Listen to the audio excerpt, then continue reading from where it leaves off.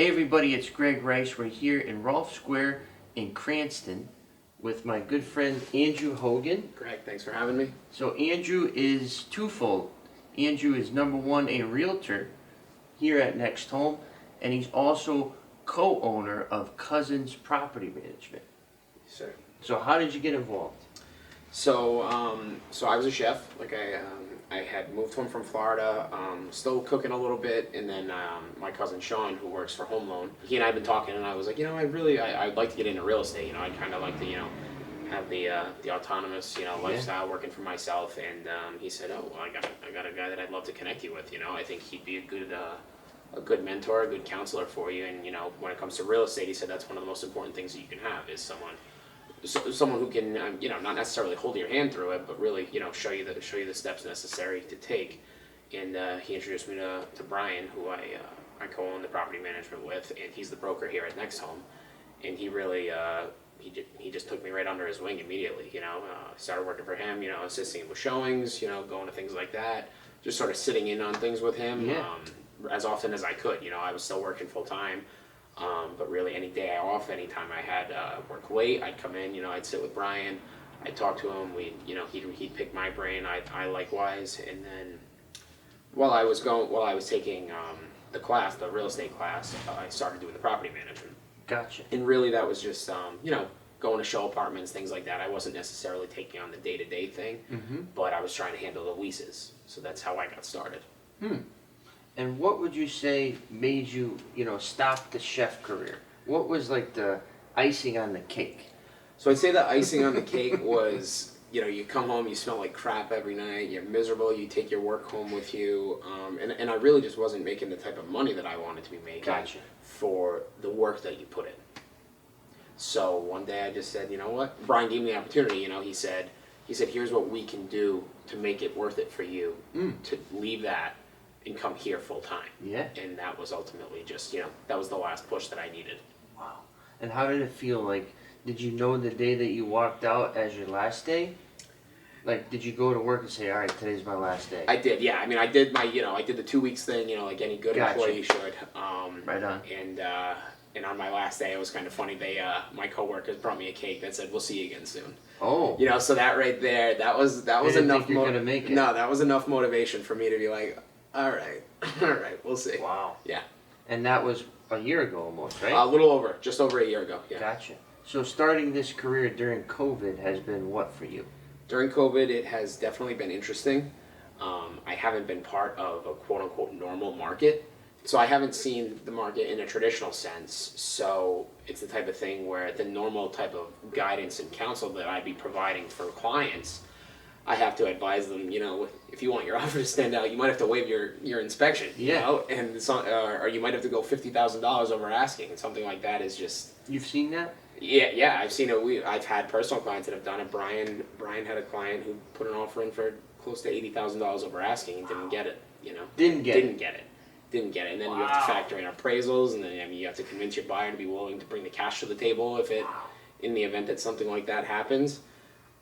So yeah, it's honestly been nuts. And even on the rental side, there's so few rentals because of the moratoriums in place and things like that are protecting the tenants. So I don't want to say they're taking advantage of it, but they'd almost be silly not to. Right. And no one's really leaving. So there hasn't been as much turnover in the rentals. So when they do become available for us, they're going in 48 hours. We have, we put that listing up online, even something like Craigslist. We put some listings up on there just because you don't necessarily have to spend the money to market them. Right. And you got 30 people interested within an hour. So the thing I like what you're doing, as you know, I'm a property manager. The sales though, sometimes you could be 3-4 months without a sale. Right. So the property management side is supplementing your income. Absolutely. And you're not stagnant. You're learning something. You could refocus some effort if you have time here, but if you're busy here, you go back here, whatever. You can kind of jockey. So I like that you're doing it. I think when you get big though, you're going to have to pick one. What do you think about that? I do. I definitely agree with you, and that's the goal. I want it to get to the point where I can really shift my focus to one of them. For me, the ownership aspect of the property management is the biggest incentive for me to save that immediately. But I do love the sales aspect of it, and I'm learning a lot. But I would say probably the property management is where I'd eventually lean towards shifting my focus, because I do think that once we have the necessary team in place, we can really take it to the next level. And tell us about that moving truck. That was a cool idea that you guys had. Yes, so Brian called me one day and he said, "I think we just bought a moving truck," and I was like, "Okay." And he said, "Yeah." He's like, I think it's a great incentive program. It's basically free advertising. Yeah. And he sold ad spots to a couple of local vendors. Like an insurance company. The cafe next door is on it. The property management is obviously on it. So it's a good way to promote a few local businesses that are in the industry, and it's also a great incentive for buyers to work with us, because as they see red on the truck, it's got our number on it, and it advertises, buy or sell with us, get the moving truck for free. Yeah. And we have a great system in place, to keep track of who's using it, and it's real simple. All we need is, copy their license, copy of insurance. They fill out a form, and it's theirs free for the day. That's at least $1,000 value. Exactly. And the way we look at it is, people are going to do one of two things. They're either going to pay a moving company to not have to deal with the hassle of it, or they're going to have to pay for the truck. So we figure if we can provide a premium like that, then I think that's a pretty solid incentive. And you should see the truck. It's pretty funny, honestly. I think Brian was a little overwhelmed by how big the picture of his face was on there. But his face is on there? His face is on there, yeah. We're going to get a picture of that. We'll put it on the video. Right, and then you see that driving around town, and you can't help but notice it. And at least give it a second thought. It's a moving billboard, basically. Are you going to provide some muscle? Or do they have to provide the muscle? I think if it gets to the point where we need to do something like that, we might be able to make the exception. But with how many showings and open houses we've got going on Saturdays and Sundays right now, it's ridiculous. So what's a typical client that lists with you? As far as, are they in Cranston? Are they in Woonsocket? So have you found that you have a niche? So listings that we've found, mostly I'd say Cranston. A few in Johnston, a few in Smithfield, and then a few in Warwick. I'd say this central radius has seemed to have the most listings from our office. What's your favorite town or city in Rhode Island? Favorite town or city in Rhode Island? I love East Greenwich. I grew up in Cohasset in Warwick, so I grew up 10 minutes from East Greenwich. I love the Main Street Strip. I live just over there now. So I would say probably, central East Greenwich, but it's hard to beat. I think it's seasonal too. Like in the winter, I find myself in Providence all the time. I'm a huge Providence Friars basketball fan. So I find myself in Providence a lot more in the winter, and then as you get to the spring and the summer, you're in Narragansett, you go to Westerly, you're in South County a lot. But year round, I'd say East Greenwich. Interesting.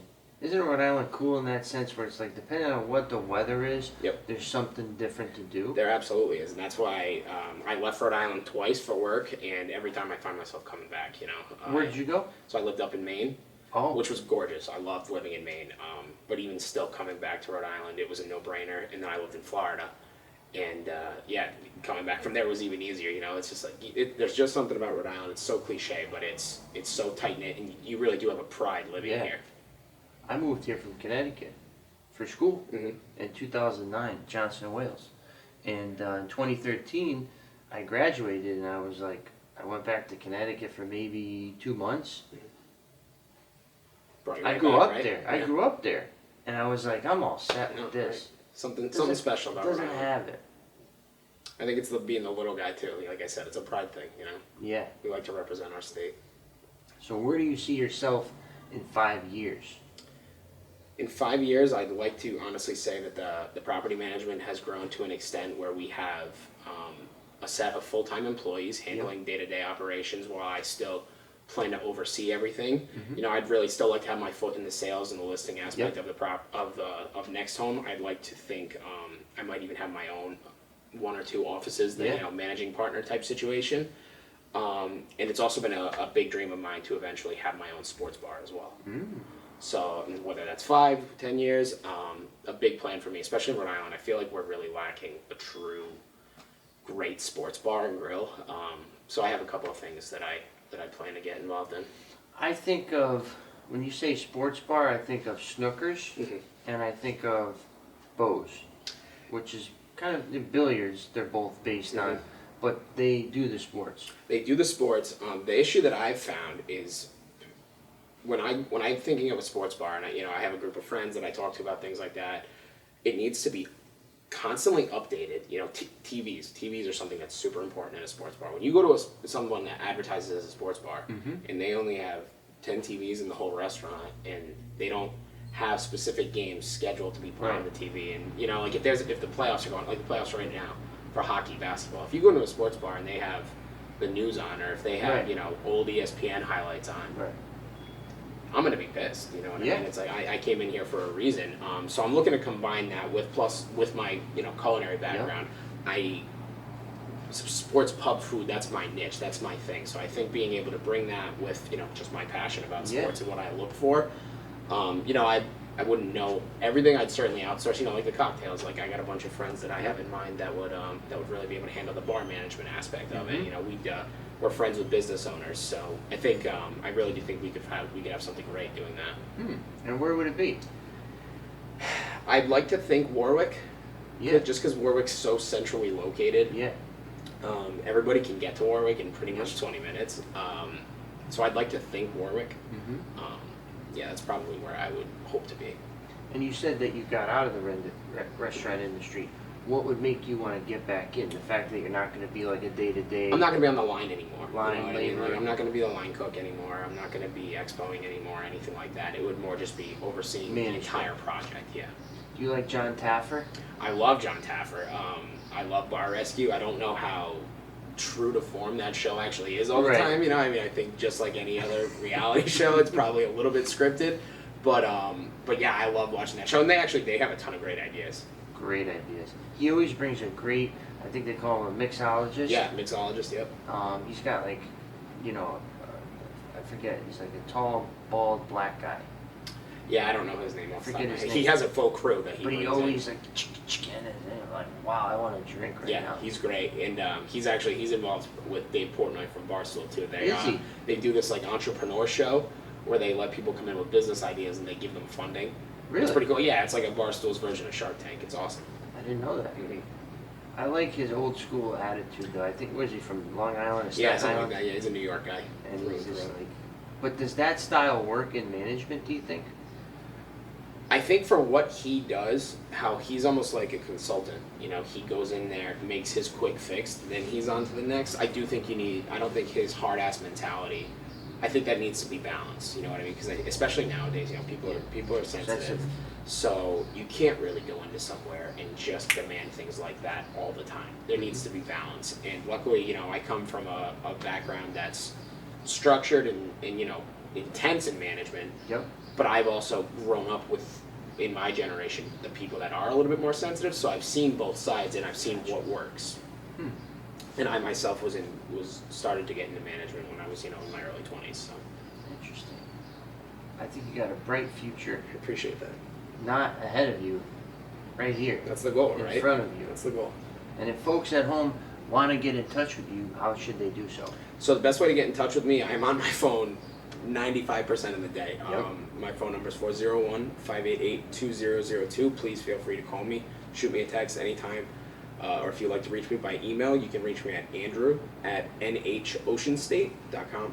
It's the best way. Best two ways to get in touch with me. Beautiful. Right there. Yeah. And can they follow you in real life too? Absolutely, yeah. If you want to follow me on Facebook, my name's Andrew Hogan. If you want to get me on Instagram, you can find me at ahogan1201. Or my real estate Instagram is NextHome with Hogan. Cool. Find me right there. Cool, man. Greg, pleasure. Thank you so much. Thank you so much. I appreciate taking the time today. And if you have any questions for me, throw them in the comment section below. I'll get right back to you. Once again, Greg Rice here at NextHome with Andrew Hogan.